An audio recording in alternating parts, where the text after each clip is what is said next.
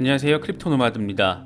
시장이 참 어렵습니다. 하반기로 접어들면서 이 시장이 어렵다라는 표현은 증시도 암호화폐 시장도 어렵다, 위험자산 시장이 어려움을 겪고 있다, 이런 의미로 해석되는 경우가 대부분이었는데, 지금은 정말이지 암호화폐 시장 자체가 참 어려운 모습을 보이고 있습니다.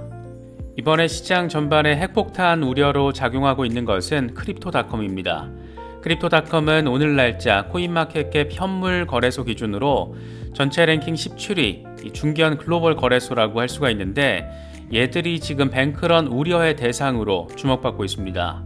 FTX와 어떤 연관성이 깊기 때문이라기보다 자꾸 이상한 헛짓이 포착이 되다 보니까 거래소 안정성에 대한 우려가 커지고 있는 건데, 무려 이더리움 32만 개를 실수로 엉뚱한 곳에 전송을 한 것이 드러나면서 논란의 트리거를 지들이 당겼습니다. 일종의 자살골을 제대로 넣은 겁니다.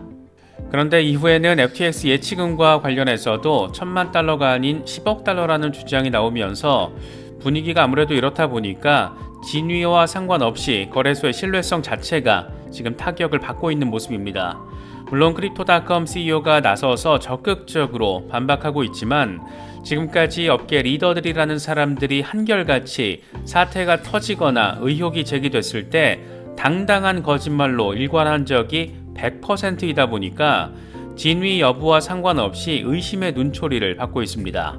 지들 혼자 북치고 장구치다 나자빠 떨어지는 수준으로 정리가 되면 알 바 아니겠지만, 지금 이게 암호화폐 시장 전반에 직격탄을 날릴 수도 있는 그런 사안이다 보니까 우려가 커지고 있습니다.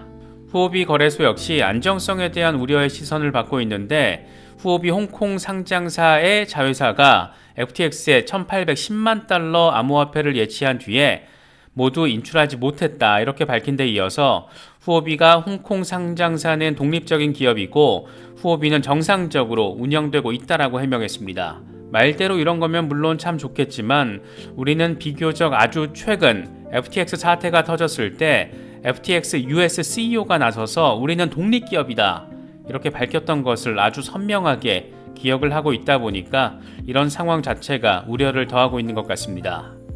트론 기반 스테이블코인 USDD 역시 논란의 대상이 됐습니다. USDD의 실질적인 준비금 담보 비율이 50%에 불과하다, 이런 루곤 체인의 분석이 나왔습니다.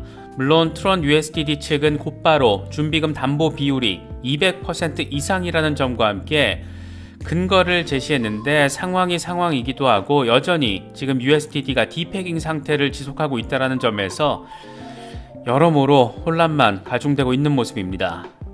FTX 후폭풍이 꽤나 강하게 이어지고 있는데, 바이낸스 CEO 창펑자오의 말처럼 몇 주 안에 몇 개 기업이 더 나자빠 떨어질까봐 더 걱정스러운 마음을 갖게 되는 것 같습니다.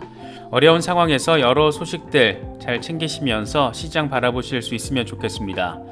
더불어 오늘 밤 마지막 라이브 테스트를 멤버십 가입자분들을 대상으로 진행하려고 합니다. 당일 공지를 하면 어느 정도 참여하시는지 그 비율을 확인하기 위한 목적이고, 이를 통해서 전체 라이브 방송과 멤버십 라이브 방송의 비중을 조절할 계획입니다. 밤 9시에서 9시 반 사이에 시작할 예정이니까 멤버십 가입자분들 가운데 시간 괜찮으신 분들은 잠시 들리셔서 간단히 한 30분 정도 이야기 나눌 수 있으면 좋겠습니다. 그럼 이번 영상 시작하겠습니다. 과연 FTX 사태의 후폭풍 어디까지 이어질 것인가? 이 질문에 대해서 확답을 할 수 있는 사람은 없겠지만, 확실한 것은 이번 사태의 파장은 아직 진행 중이고 어쩌면 좀 더 악화될 가능성에 대해서도 대비를 해야 한다는 데 있지 않을까 생각됩니다. FTX에 이어서 뱅크런 우려의 주인공으로 떠오른 것은 크립토닷컴입니다. 이 거래소는 오늘 날짜 코인마켓캡 기준으로 현물 거래로는 17위, 선물 거래로는 22위에 랭킹된 글로벌 중견 거래소입니다. FTX 사태 이후에 크립토닷컴은 보유 자금 내역을 공개하면서 나름 시장 안정성에 대한 시도를 진행했습니다. 이번 FTX 사태처럼 유동성 위기가 촉발될 수 있다는 점은 거래소의 몰락을 의미할 수 있는 것이다 보니까 아예 선제적으로 보유 자금을 공개해서 시장의 신뢰를 얻어보려는 시도였습니다. 보유 내역을 단순화시키면 비트코인 53,024개, 이더리움 39만 1,564개, 달러로 환산하면 그 가치가 30억 달러 수준, 이렇습니다. 문제는 크립토닷컴의 콜드 월렛에서 이더리움 32만 개가 엉뚱한 것으로 이전된 것으로 나타난 건데, 이에 대해서는 한 유저가 이 같은 상황은 크립토닷컴이 고객의 가상자산 모두를 가상자산 하드웨어 월렛인 레저와 제휴해서 오프라인으로 보관하고 있다라는 설명과 상충된다, 이렇게 뼈 때리는 지적을 날렸습니다. 뱅크런 우려의 또 하나의 시발점이 이렇게 마련된 겁니다. 이더리움 32만 개면 크립토닷컴이 보유한 전체 이더리움 물량의 82%에 달하는 건데, 이에 대한 해명이 사안을 더 복잡하게 만들었습니다.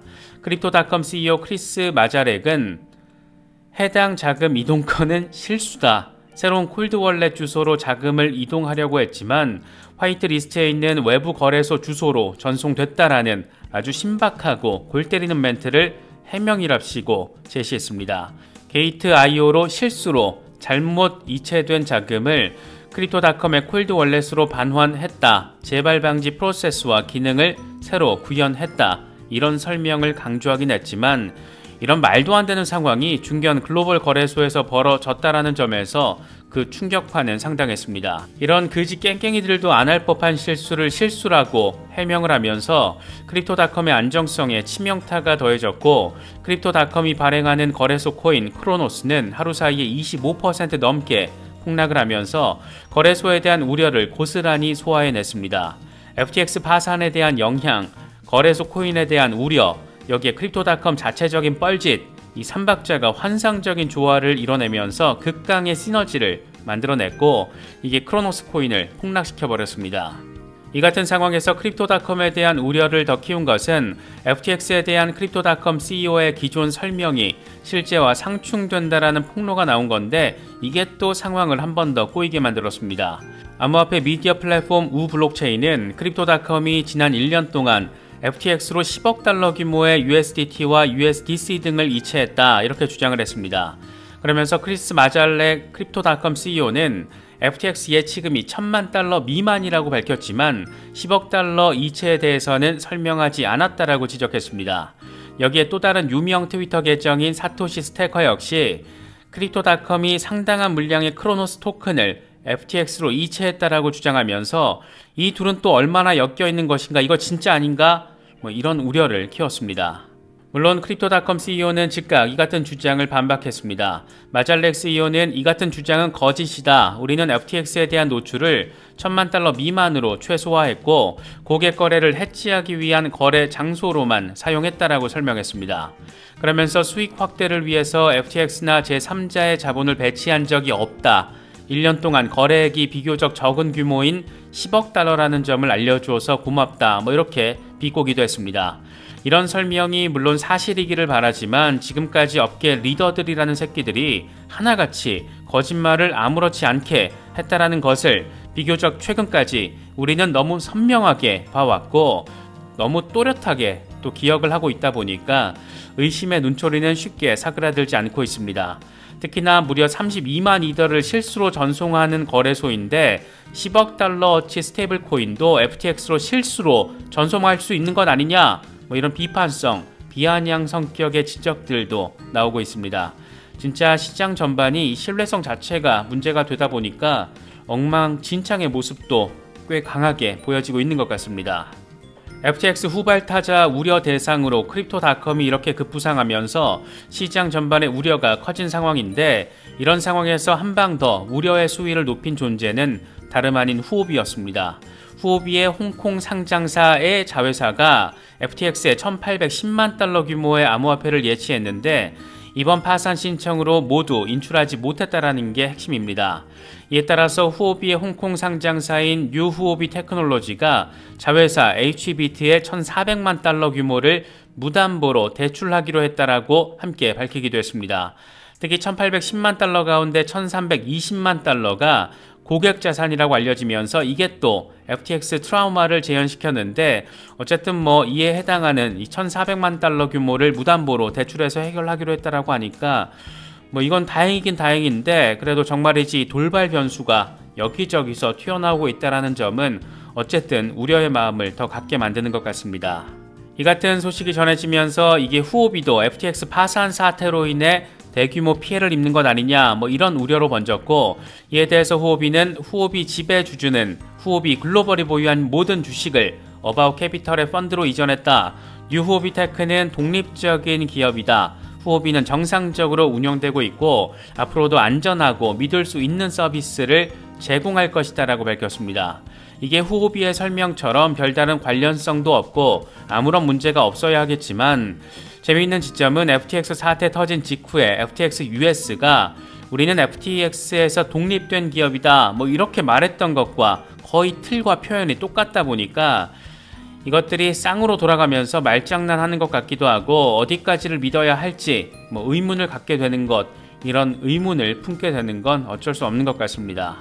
이런 상황에서 후오비의 고문, 이 저스틴 선의 트론 기반 스테이블 코인 USDT 준비금 담보 비율이 논란의 대상으로 떠오르면서 전반적인 상황을 더 스펙타클하게 만들어버렸습니다. 블록체인 분석 기업 룩 온체인은 트론 기반 알고리즘 스테이블 코인 USDT가 지난 9일에 디패깅된 뒤에 패깅을 회복하지 못하고 있다. 현재 USDT는 0.9812달러에서 거래되고 있고 USDT를 USDT와 USDC 등 다른 스테이블 코인과 교환할 수 있는 커브 유동성 풀에 있는 USDT 비율이 81.25%를 차지해서 심각한 불균형 상태에 있다. USDT는 안전하지 않다라고 지적했습니다. 그러면서 USDT 준비금 역시 최근 크게 감소했는데, 트론 트레저리가 USDT 준비금으로 사용할 수 있는 총 자산은 1억 4천만 달러와 2억 2천만 달러 규모의 비트코인이다. USDT 공급량 7억 2천만 달러를 감안했을 때 USDT 준비금의 담보 비율은 50%에 불과하다, 이런 폭탄 분석을 제시했습니다. 이에 대해서 USDT 측은 트위터를 통해서 USDT는 투명성의 핵심이다. 우리의 준비금 담보 비율은 200% 이상이다. 총 시장 가치는 14억 7천만 달러로 공급량의 2배 이상이다. 이렇게 반박을 하면서 담보 자산을 확인할 수 있는 링크를 공유했습니다.